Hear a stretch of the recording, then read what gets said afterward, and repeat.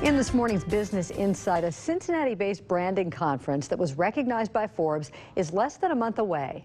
Brandemonium 2018 will take place October 2nd to 5th at the Westin downtown. The conference is about the evolution and future of branding.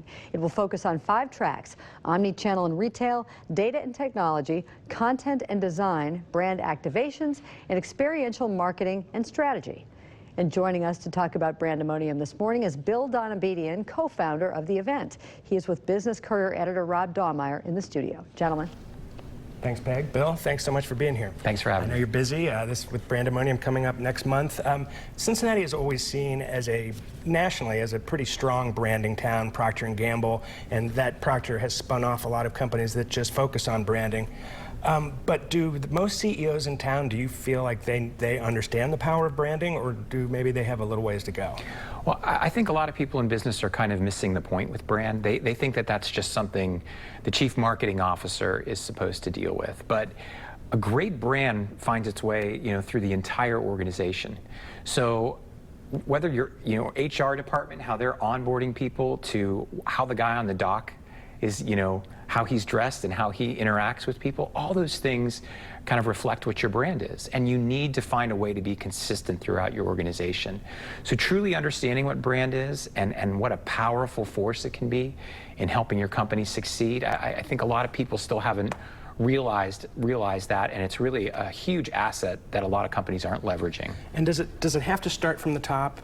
In other words, does the CEO have to buy in, or can they just leave it to the marketing folks to handle? Well, I think everyone needs to drink the Kool-Aid, yeah. and I think at the C level it can drive a lot, but those middle managers, I think in a lot of organizations we've seen the middle managers have a huge influence on how they're conveying things up top and how they're talking to those below them.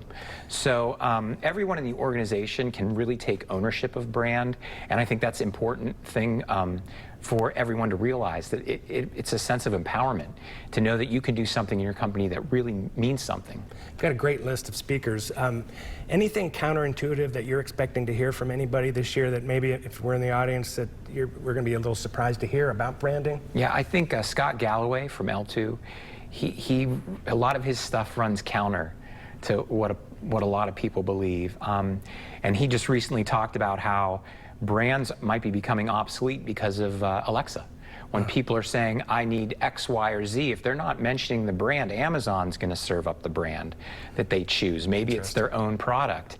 And so is it less important, or is it more important in different ways?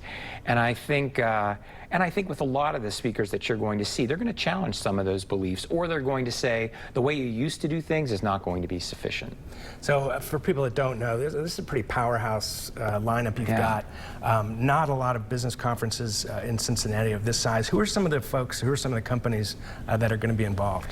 Well, I think about companies like Facebook being there, Salesforce, Miller Coors, Kraft Heinz, Arby's, Chick-fil-A. I mean, I could go on and on. There are a lot of people from incredible companies with incredible backgrounds, have a lot of insight. I would argue this is probably the biggest business conference Cincinnati has seen.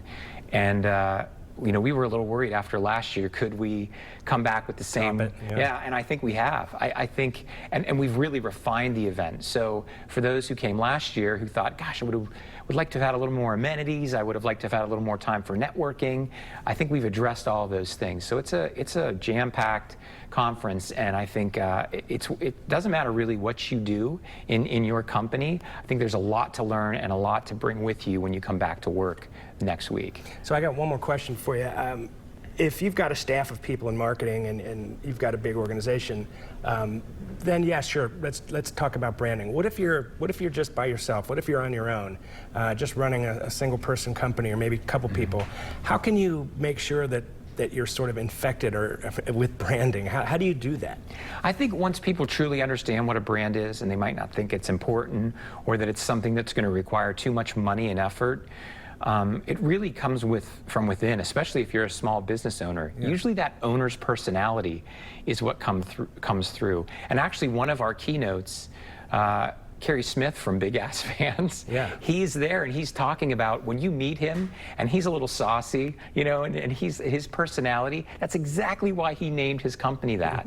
And he took his personality and ran that through his company and made it a really unique and successful product.